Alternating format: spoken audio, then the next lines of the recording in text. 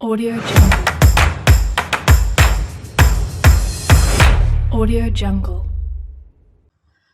Luhut Panjaitan adalah Menteri Koordinator Bidang Kemaritiman dan Investasi di Kabinet Jilid 2 Joko Widodo, Menteri Koordinator Bidang Politik, Hukum dan Keamanan, dan Menteri Perdagangan. Luhut dijuluki Menteri segala bidang karena pernah menduduki jabatan di berbagai bidang berlainan meskipun berangkat dari militer. Luhut mendapat promosi pangkat jenderal berbintang 3 saat ia dipercayai sebagai Komandan Pendidikan dan Latihan TNI Angkatan Darat di Bandung. Ia juga menerima penghargaan Adi Makayasa. Penghargaan itu merupakan penghargaan terhormat di Akademi Militer selepas pendidikan dari Akademi Militer dengan pangkat Letnan II, langsung bertugas di Kopassus. Di Kopassus, Luhut Panjaitan pernah menjabat menjadi Komandan Pusat Pendidikan Kopassus di Batu Jajar, Bandung, sebagai Asisten Operasi di Markas Kopassus serta Komandan Pertama Datasemen 81 yang sekarang disebut Datasemen Penanggulangan Teror atau Gultor 81. Satuan datasemen yang sangat disegani dan secara khusus menangani masalah teroris saat itu. Luhut membangun detasemen ini mulai dari nol saat Panglima ABRI dijabat oleh Jenderal Beni Moerdani, suami dari Devi Baru Simatupang. Ini juga pernah menjadi Komandan Pusat Kesenjataan Infanteri di Bandung. Saat menjabat Komandan Korem di Madiun, dia meraih prestasi sebagai Komandan Korek terbaik. Pada saat mudanya, ia aktif sebagai atlet renang, karate, judo, dan terjun payung. Bahkan ia pernah menjadi atlet renang dari Provinsi Riau.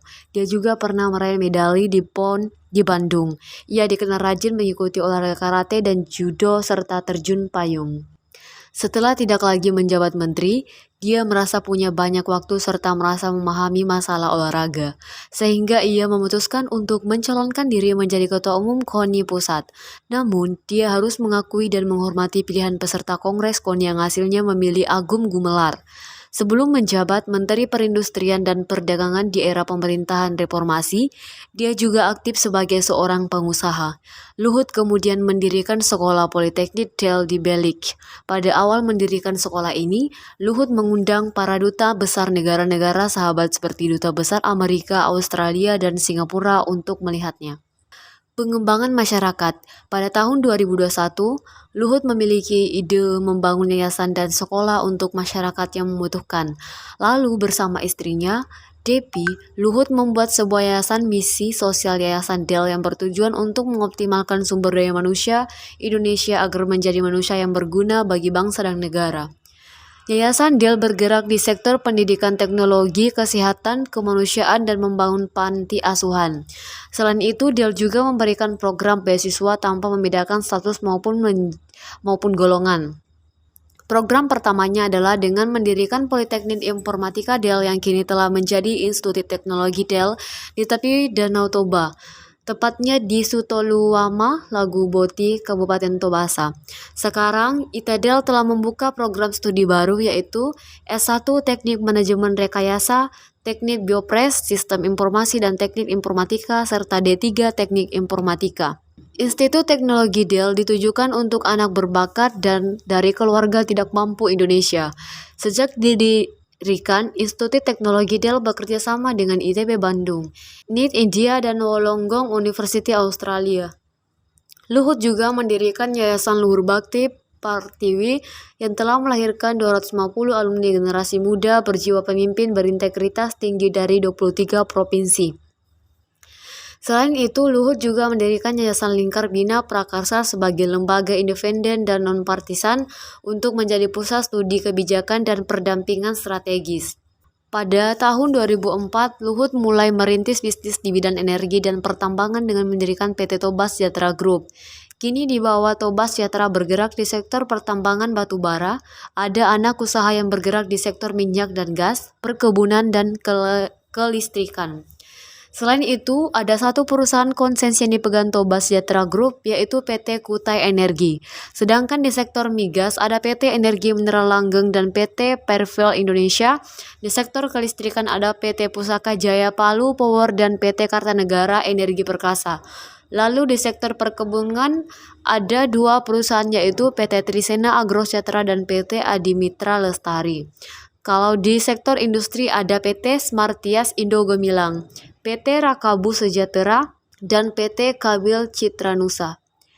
PT Pusaka Jaya Palu Tower yang bergerak di sektor kelistrikan sejak tahun 2007 berhasil membangun pembangkit listrik tenaga uap dan ini merupakan pembangkit listrik tenaga uap swasta pertama Indonesia.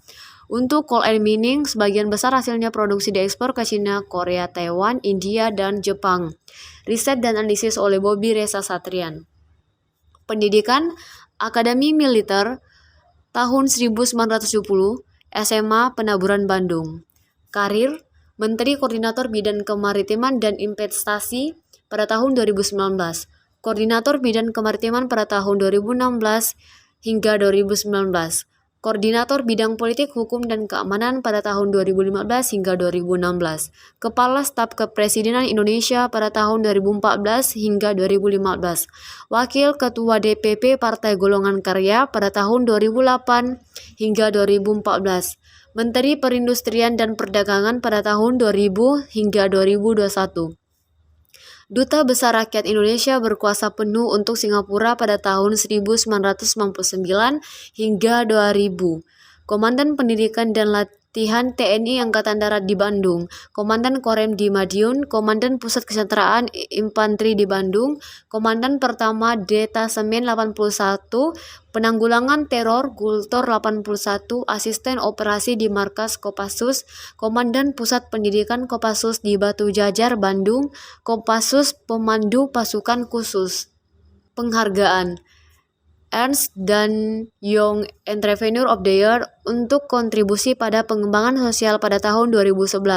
Penghargaan dari Komite Olahraga Nasional Indonesia sebagai pembina olahraga terbaik nasional pada tahun 2006. Komandan Resor Militer atau Danrim terbaik se-Indonesia pada tahun 1995.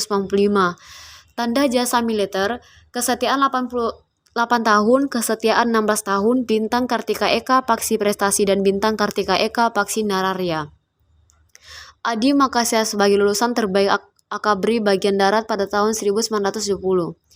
Bidang Yuda Dharma Nararya, Bidang Prestasi Kartika Eka Paksi, Satya Lencana Nararya 3, Satya Lencana Kesetiaan 11 tahun, Satya Lencana Gom 4 Dharma, Satya Lencana Penegak, Satya Lencana Soroja, Satya Lencana Garuda, Satya Lencana Dwija Sista, Satya Lencana PBB.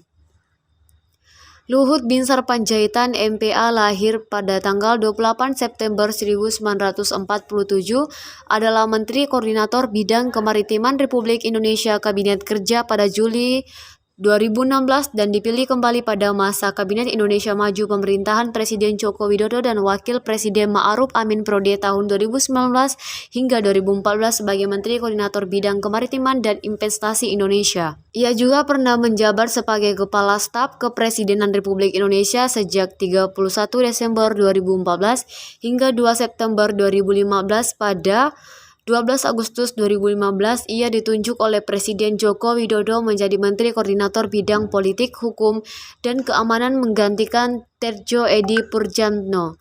Dalam perombakan Kabinet Kerja Jilid 2 pada 27 Juli 2016, ia diangkat menjadi Menteri Koordinator Kemaritiman menggantikan Risa Ramli. Pada tanggal 15 Agustus 2016, Presiden Joko Widodo mengambil langkah terkait polemik kepemilikan paspor Amerika Serikat ataupun AS oleh Menteri Energi dan Sumber Daya Mineral ESDM Archandra Tahar sehingga Presiden memberhentikan Archandra secara terhormat dari Menteri ESDM dan menunjukkan Luhut yang juga menjadi Menko Maritim untuk menjadi pejabat sementara PIT.